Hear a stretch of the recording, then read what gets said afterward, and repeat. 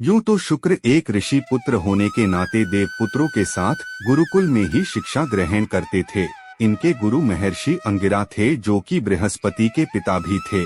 शुक्र को लगता था कि ऋषि अंगिरा अपने पुत्र को ही अधिक स्नेह देते हैं और वो सभी विद्यार्थियों को असुरों और राक्षसों के खिलाफ भड़कते हैं। शुक्र को ये भी लगता था कि देवताओं के साथ साथ त्रिदेव ब्रह्मा, विष्णु, शिव भी असुरों के साथ अन्याय करते हैं। उन्हें वरदान देते समय ही उनका अंत निश्चित कर देते हैं।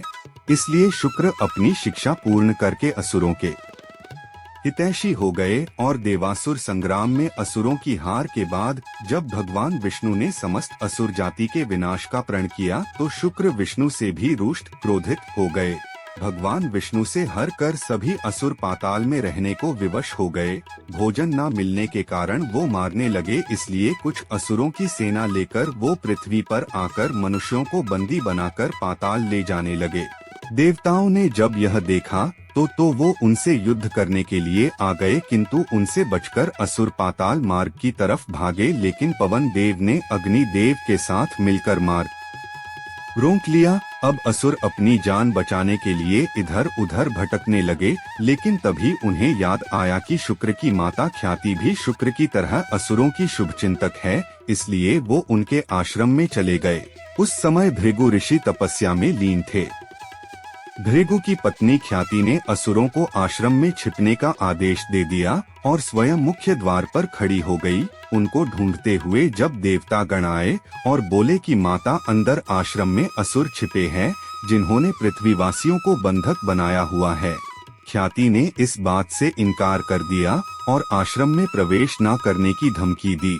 देवताओं ने बोला कि अगर असुर पृथ्वीवासियों को मुक्त कर दें तो हम उन्हें जीवन दान दे देंगे, किंतु ये सुनकर ख्याति असुरों के साथ मिलकर देवताओं से युद्ध करने लग जाती है। देवता एक ऋषि पत्नी पर प्रहार नहीं करने के कारण हारने लगते हैं। तभी इंद्र श्री विष्णु का आह्वान करते हैं। विष्णु जी के प्रकट होने के बाद सभी असुर घबरा जाते हैं, किंतु ख्याति उन्हें कहती है कि डरो मत, ये विष्णु एक आश्रम और स्त्री पर प्रहार नहीं करेगा, तुम सभी असुर यहाँ सुरक्षित ही।